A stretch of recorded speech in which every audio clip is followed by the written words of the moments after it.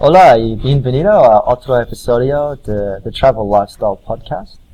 Joining you from the Casa de Alejandro in Santa Cruz, Bolivia. Hello. Alejandro, welcome to the podcast. Thank you, Roger.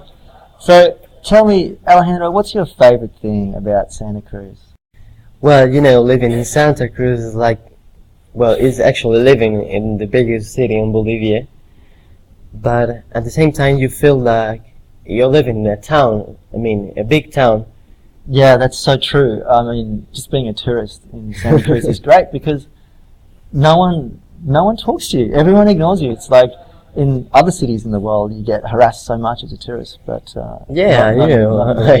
understand that. I've been in so many places, but in Santa Cruz, it's interesting. 50 years ago, we wasn't a city; it was just a town, and becomes to grow so fast that people didn't realize that we were becoming a city, and they just perform as they live in their lives, and people they're not going fast. They just make things relaxed. Yeah, it's and great. Cool. And it's cool. So where do you hang out in Santa Cruz? Well, there are many places, but one of my favorites, I have to say, is in the downtown. Is the main square that we call the La Plaza, just like that. Okay. And I truly love that place because everybody goes there just to hang out, to be there.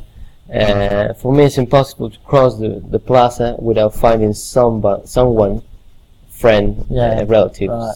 somebody, because everyone knows each other. Yeah, and somehow everyone knows each other. Okay, yeah. It's a big town, Yeah, it's kind of warm. I like that. It's great. And the other place I went to that was a lot of fun for me was the river. And the river,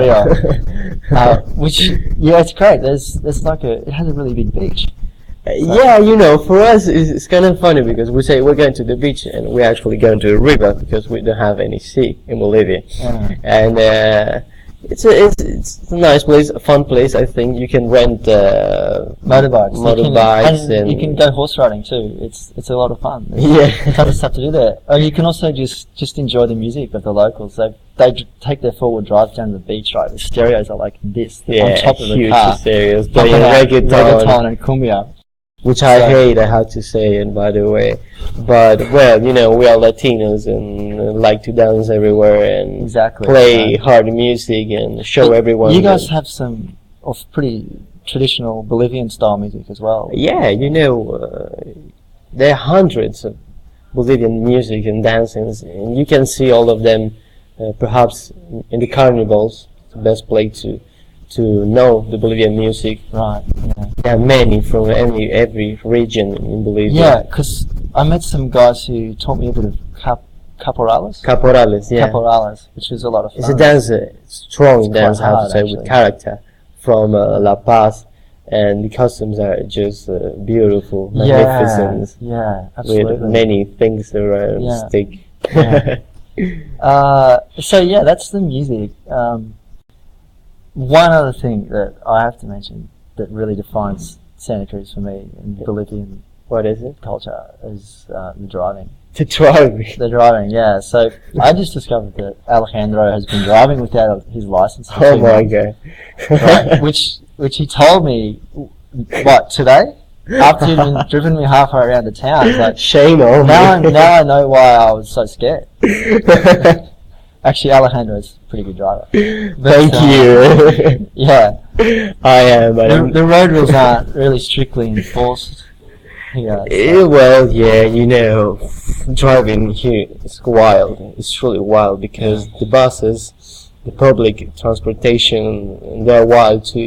That you can stop a bus wherever you want. Yeah. Wherever you want. Yeah. On the other side of the road. Just stick your hand out. They will stop too. He'll find you, right? And when you are inside and you want to stop it, you just scream, "Pare, por favor," and that's enough.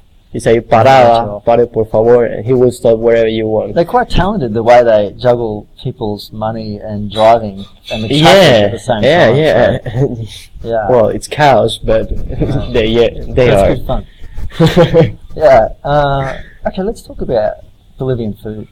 Bolivian food. What can I defines say? Bolivian food for you? Well, Bolivia.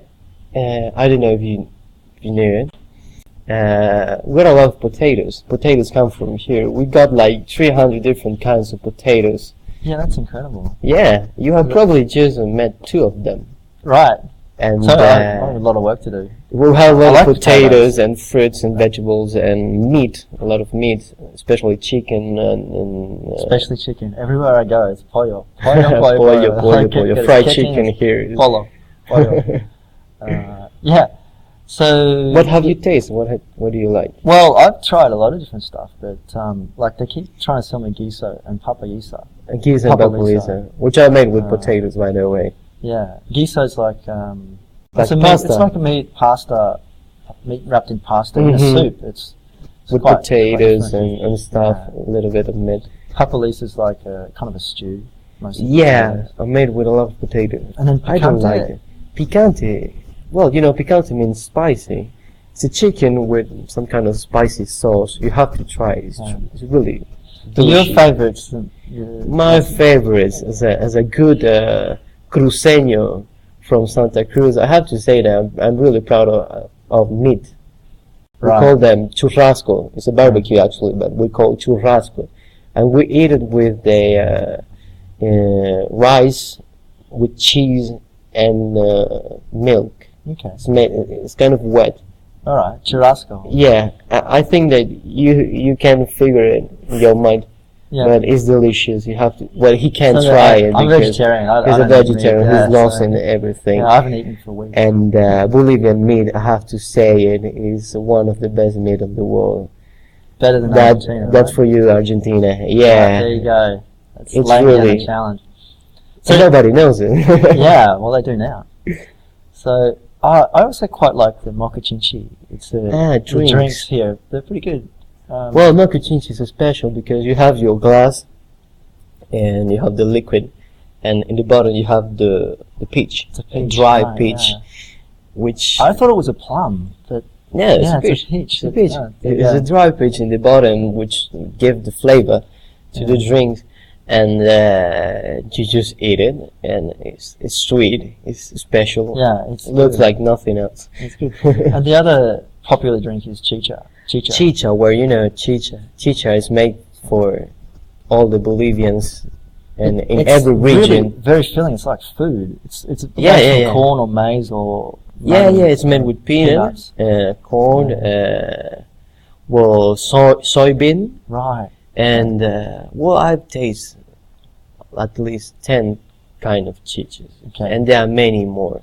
Yeah. And that chicha with alcohol, which drinks in La Paz, Cochabamba, you can get drunk with that. Okay. I don't like that, Yeah. but there are a lot kind of chichas, and it's truly something, a drink which is a Bolivian drink, Okay. and we cool. made in many ways. So that's some pretty good stuff to get you guys started in Bolivia.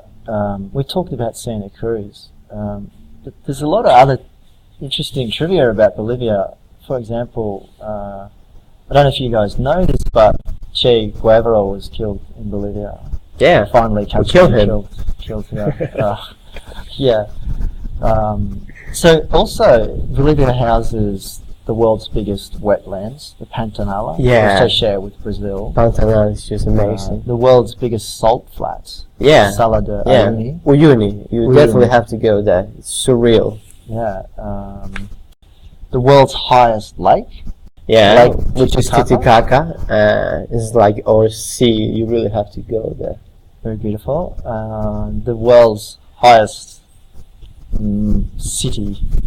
City. La Paz is. La Paz, well, Yeah, it's not the highest actually. There are not the cities in Bolivia which are highest, but everyone knows La Paz is the highest capital, Right. which is not It's real not true either, because it's not the capital. the capital here is Sucre, by the way. But and then the dangerous road. you yeah, might the Death say. Trail. Is that the highest, longest? Maybe, I don't know. It's highest and it's dangerous. It starts at about 5,000 meters. Yeah, yeah. And then, I mean, it's 65 only kilometers. in that road long. it just fits one car, so Yeah, it's kind of tight. yeah. It's the world's most dangerous road, perhaps. Yeah, so there you go. That's some info to get you guys started in Bolivia. Do you want to tell us about your You have a slogan for Bolivia. I've been working in a slogan. I've been making how do you say?